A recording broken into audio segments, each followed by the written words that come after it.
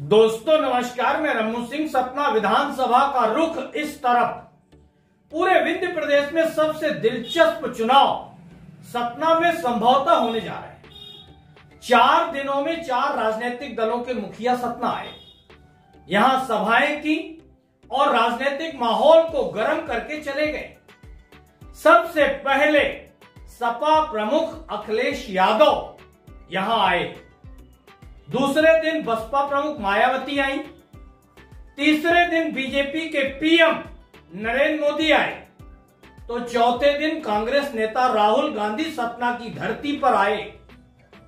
उनके आने से कौन प्रत्याशी कितना मजबूत हुआ, हम इस पर आज चर्चा करेंगे।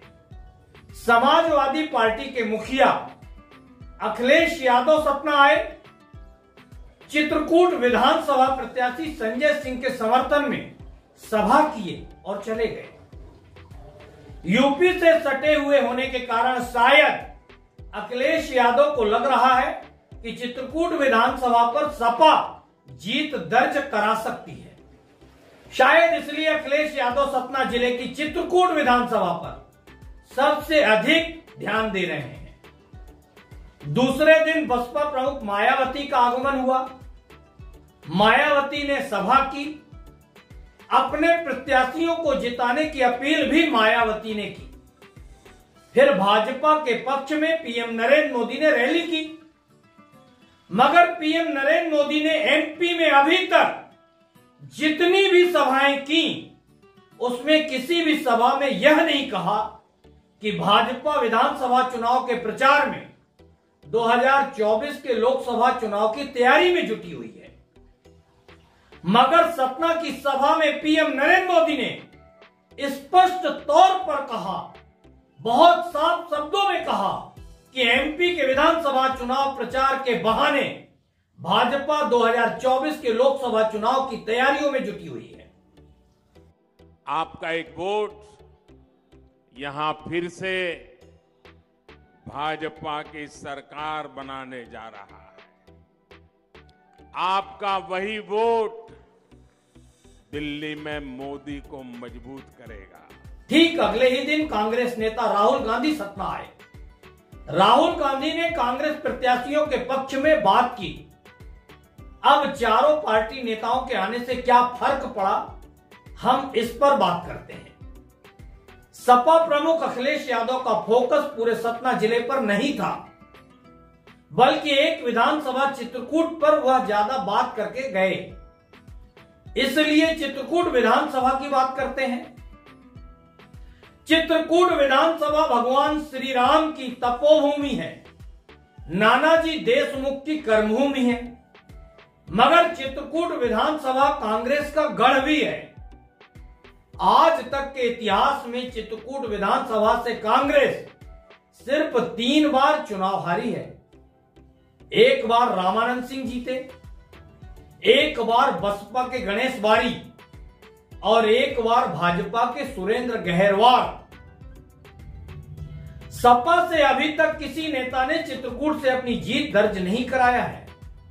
अब अखिलेश यादव के आने से कितना फर्क पड़ता है, यह चुनाव परिणाम आने पर पता चलेगा। बसपा प्रमुख मायावती की सभा में सबसे ज्यादा भीड़ जुटी, इसलिए बसपा प्रत्याशी उत्साहित हैं। सपा, भाजपा, कांग्रेस नेताओं की सभाओं से ज्यादा भीड़ बसपा के मायावती की सभा में एकत्र हुई। लोगों ने कहा, सतना विधानसभा से बसपा प्रत्याशी रत्नाकर चतुर्वेदी शिवा बस ऑनर्स हैं। उन्होंने अपनी बसों से भीड़ को एकत्र किया, मगर मुझे यह तर्क कुछ बौना, बहुत छोटा सा लगता है। जब पीएम मोदी या भाजपा की सभा के लिए शासन प्रशासन तक को जुटना पड़ता है, भीड़ को जोड़ना पड़ता है, भीड़ को ढोना पड़ता है। अब सवाल यह भी उठता है, मायावती की सभा में भीड़ उमड़ी, क्या यह भीड़ वोट में तब्दील हो पाएगी? पीएम नरेंद्र मोदी की सभा में बहुत कम भीड़ देखी गई। बहुतायत में कुर्सियां खाली देखी गई। खाली कुर्सियों के वीडियो सोशल मीडिया पर बहुत ज्यादा वायरल भी हो रहे हैं। यह दृश्य भाजपा प्रत्याशियों की चिंताएं बढ़ा रहा है। कांग्रेस नेता राहुल गांधी की सभा में शायद कुर्सियों की संख्या कम कर दी गई ताकि भीड़ पर्याप्त दिखे। शायद मोदी की सभा की खाली कुर्सियों से सबक लेते हुए कांग्रेस नेताओं ने ऐसा किया होगा। राहुल गांधी ने अपने भाषण में लगभग 50 बार से ज्यादा ओबीसी शब्द का जिक्र किया। इस बात को लेकर सवर्ण समाज, खासकर सवर्णों का एक वर्ग विशेष यह प्रचारित कर रहा है कि राहुल गांधी का भाषण और फोकस सिर्फ ओबीसी पर है, इसलिए सवर्ण मतदाता उनसे नाराज हो गए हैं। सवर्ण मतदाताओं में नाराजगी व्याप्त हो गई है। बार बार राहुल गांधी द्वारा ओबीसी कहे जाने पर कई सवर्ण लोग सभा से उठकर चल दिए थे, ऐसा प्रचारित किया जा रहा। यूपी के चुनाव में प्रियंका गांधी की सभा में अपार भीड़ तो उमड़ती थी, मगर भीड़ वोट में परिवर्तित नहीं हो पाई। इसलिए भीड़ से वोट या हार जीत का आकलन करना उचित प्रतीत नहीं होता है।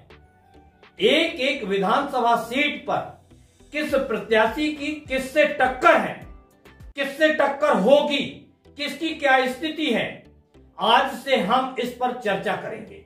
सबसे पहले देखने के लिए इस चैनल को सब्सक्राइब करिए। धन्यवाद दोस्तों।